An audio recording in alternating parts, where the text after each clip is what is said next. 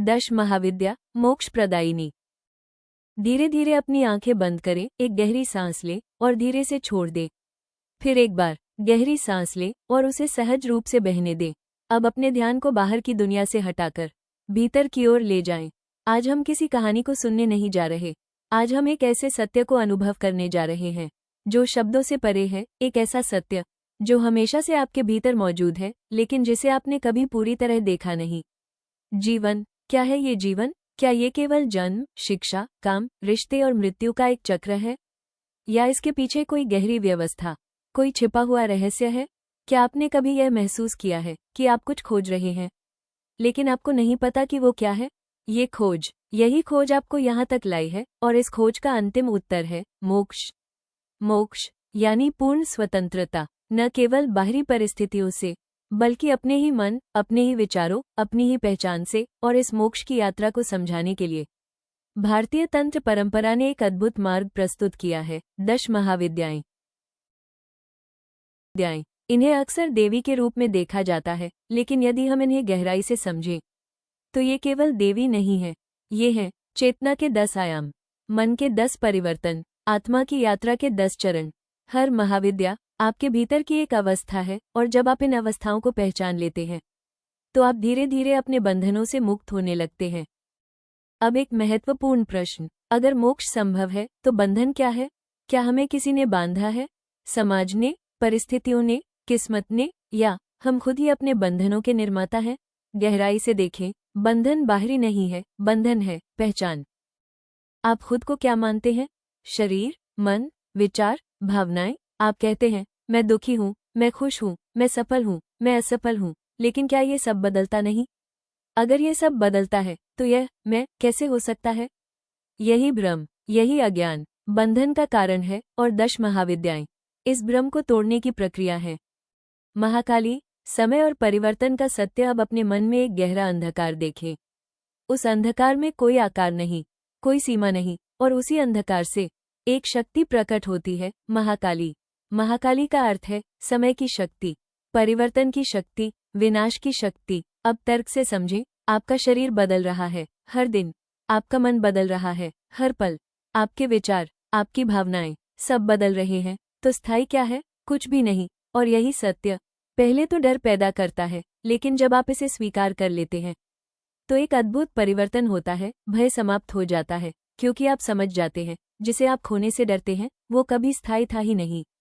महाकाली हमें सिखाती है, समय को रोकने की कोशिश मत करो, परिवर्तन का विरोध मत करो, बल्कि उसे देखो, समझो और उससे अलग हो जाओ।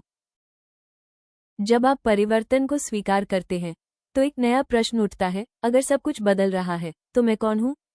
यही तारा का प्रकट होना होता है। तारा का अर्थ है जो पार कराए, जो मार्ग दिखाए। जब मन शांत होने लगता है तो भीतर एक सूक्ष्म जागरूकता प्रकट होती है, एक साक्षी जो देखता है लेकिन खुद नहीं बदलता।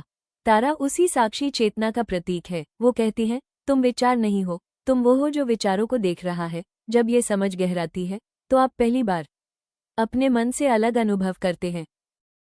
अब एक और गहरा प्रश्न, हम जीवन में क्या चाहते हैं? धन, संबंध, सफलता, या उन सब के पीछे छिपा हुआ आनंद? हम हर चीज इसलिए चाहते हैं क्योंकि हमें लगता है कि वो हमें खुश करेगी, लेकिन क्या आपने देखा है कि हर खुशी अस्थायी होती है? कुछ समय बाद वो समाप्त हो जाती है। तो सच्चा आनंद कहाँ है? त्रिपुर सुंदरी सिखाती हैं, आनंद वस्तु में नहीं है, बल्कि अनुभव करने की चेतना में है। जब आप पूरी तरह वर्तमान में होते हैं तो बिना किसी कारण के भी आनंद होता है। अब अपने अस्तित्व को महसूस करें। क्या आप केवल एक शरीर हैं, या उससे कुछ अधिक? आपके विचार सीमित है क्या? नहीं। आपकी चेतना सीमित है क्या? नहीं। भुवनेश्वरी सिखाती हैं, आप सीमित नहीं हैं, आप असीम चेतना है। जब यह अनुभव होता है तो डर समाप्त होने लगता है।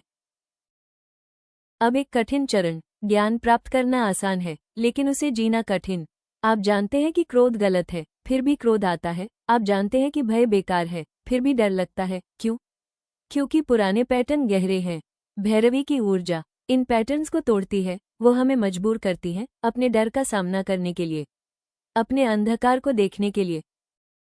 अब एक निर्णायक मोड़, अहंकार क्या है? एक कहानी जो आपने अपने बारे में बना ली है, मैं ऐसा हूँ, मैं वैसा हूँ। जब आप इस कहानी को देख लेते हैं तो आप समझ जाते हैं ये कहानी भी बदलती रहती है, तो यह मैं कैसे हो सकती है।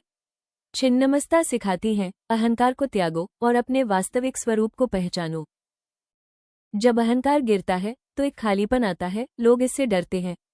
लेकिन यही शून्यता असल में सबसे बड़ी स्वतंत्रता है, क्योंकि अब कोई पहचान नहीं, कोई बंधन नहीं। धूमावती सिखाती है शून्यता से मत डरो, यही सत्य है।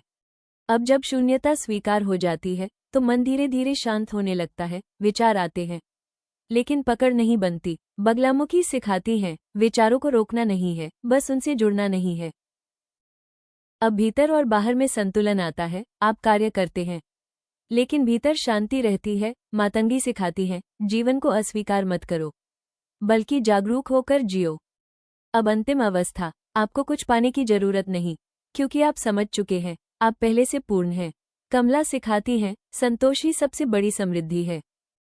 मोक्ष कोई स्थान नहीं, यह एक स्पष्टता है, एक जागरूकता कि आप न शरीर हैं न मन है, आप वो चेतना है जो सबका साक्षी है। अब धीरे धीरे अपनी सांस पर ध्यान दें, हर सांस के साथ भीतर उतरते जाएं। कोई प्रयास नहीं, कोई लक्ष्य नहीं, सिर्फ देखना, सिर्फ होना और महसूस करना, आप पहले से मुक्त हैं। 10 महाविद्याएं कोई बाहरी देवी नहीं, वे आपके भीतर की अवस्थाएं हैं, और जब आप उन्हें पहचान लेते हैं तो जीवन बदल जाता है, बंधन समाप्त हो जाता है और वही जीवन मोक्ष बन जाता है।